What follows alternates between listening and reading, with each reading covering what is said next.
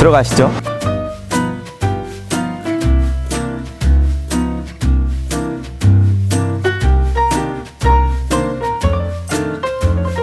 그래서 여기가 어디죠? 사무실 근처에 있는 텍사스 바베큐 전문점입니다. 평소 좀 잘 못 먹어봤던 브리스킷 뭐 이런 풀드포크 이런 메뉴들을 가족끼리 먹으면 되게 좋더라고요. 그리고 맥주도 맛있고 해서 저도 즐겨서 오고 있습니다. 아우, 저 2주 동안은 진짜 거의 해병대 보면 이제 뭐 지옥주 이런 거 있거든요. 제 지옥주를 경험한 거랑 똑같아요. 저 2주 동안의 재판을 20개 넘게 했고 서면을 10몇 건 써내고 그중에 강의도 하고 진짜 바빴어요. 그래서 이번 주 수요일쯤에 거의 그로기 상태였는데 오늘 오후에 이제 중요한 재판 2개 마치고 홀가분한 마음으로 맥주 한잔 하러 왔습니다.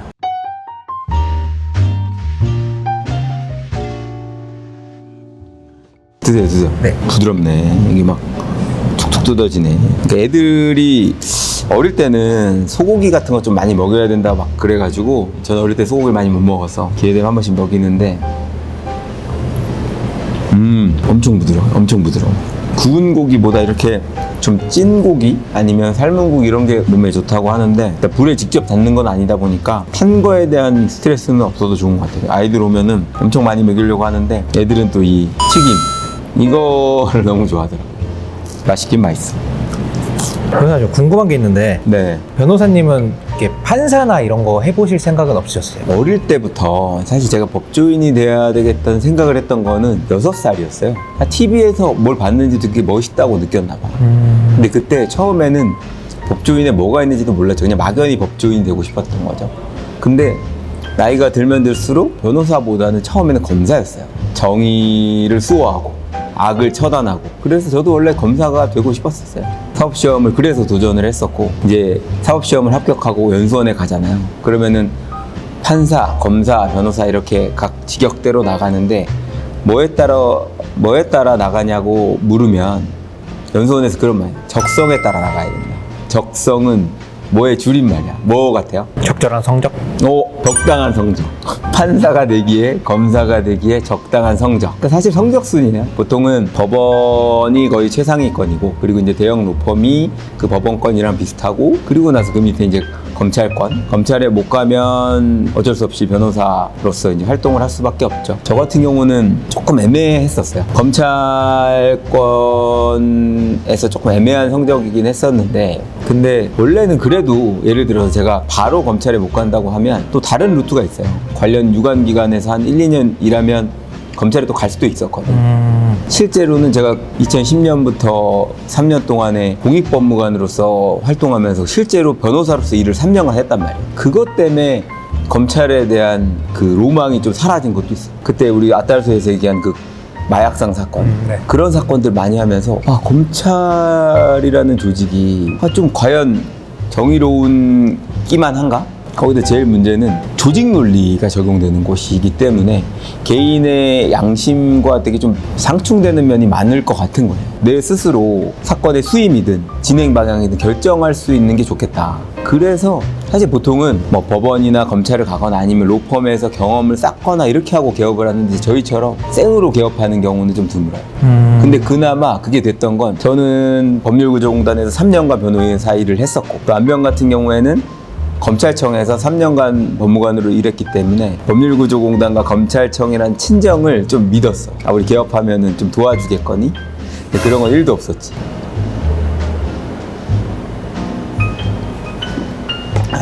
딱 싸서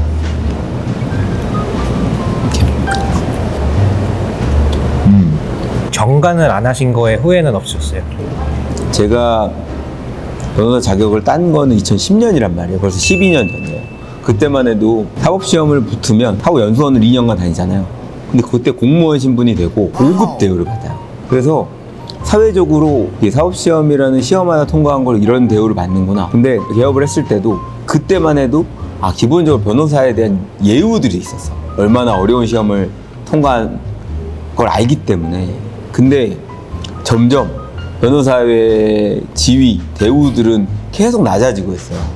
로스쿨이 도입되면서 변호사들이 늘어나면서 어쩔 수 없겠지만 이제 이거 시간이 지나면 너무 흔해져서 그러니까 우리가 쉽게 딸 수 있는 자격증처럼 느껴지는 시대도 올 거다. 그럴 때 변호사를 바로 하지 않고 법원이나 검찰에 갔으면 좀 달랐을까? 그럴 때 아쉬움을 느끼는 건 있어요. 그리고 좀 아무래도 의뢰인들 입장에서는 전관 출신이 뭐가 달라도 다르다 느낄 수밖에 없는 측면이 있거든요. 그래서 그럴 때는 좀 아쉽기도 해요. 그런데 돌이켜보면 과연 그때 그런 과감한 결정을 하지 않았으면 지금 이런 많은 일들을 할 수 있었겠느냐. 그때 그렇게 제가 어떻게 보면 온실에 있지 않고 잡초처럼 10년간을 막 이렇게 하면서 어떻게 하면 사무실이 더 잘 될까? 어떻게 하면 의뢰인들의 만족도가 높아질까?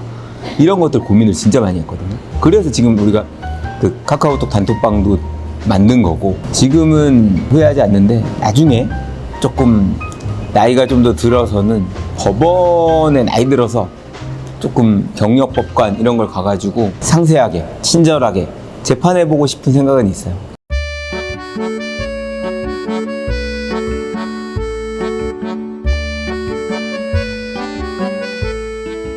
예쁜 소맥잔이 요새 나오네. 사실 근데 소맥은 딱 이렇게 원샷으로 이렇게 딱 먹어야 되는 재미가 있는 술인데, 그래서 저도 요새는 일반적인 이제 맥주 잔이 딱 있다고 치면 소맥 2잔을 공복에 딱 마시고, 그리고 나서 이제 소주 마시고 발동을 거는 거야. 소맥은 소주란 술에 윤활유인 맥주를 섞어서 발동을 걸고, 발동이 걸리면 이제 소주 먹고. 예쁜 잔이 있어서.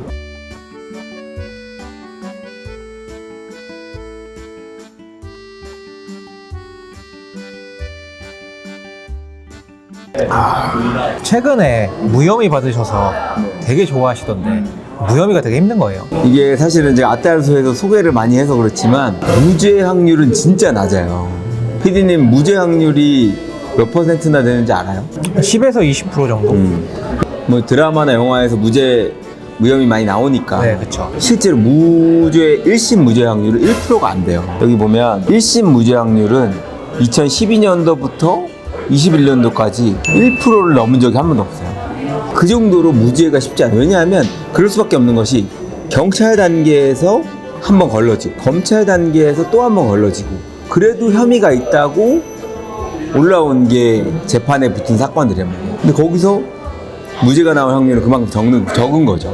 제가 법무관으로서 3년간 복무를 할 때 무죄를 몇 건 받았냐고 하면 3년 동안 12건을 받았어요. 고작 법무관 나부랭이가 12건의 무죄를 받아가지고 난리가 났었죠. 그때 제가 이제 별명이 무죄의 달인 이런 게 생겼었어요. 법무관 역사에서 12건 받은 사람은 나밖에 없을 수도 있어.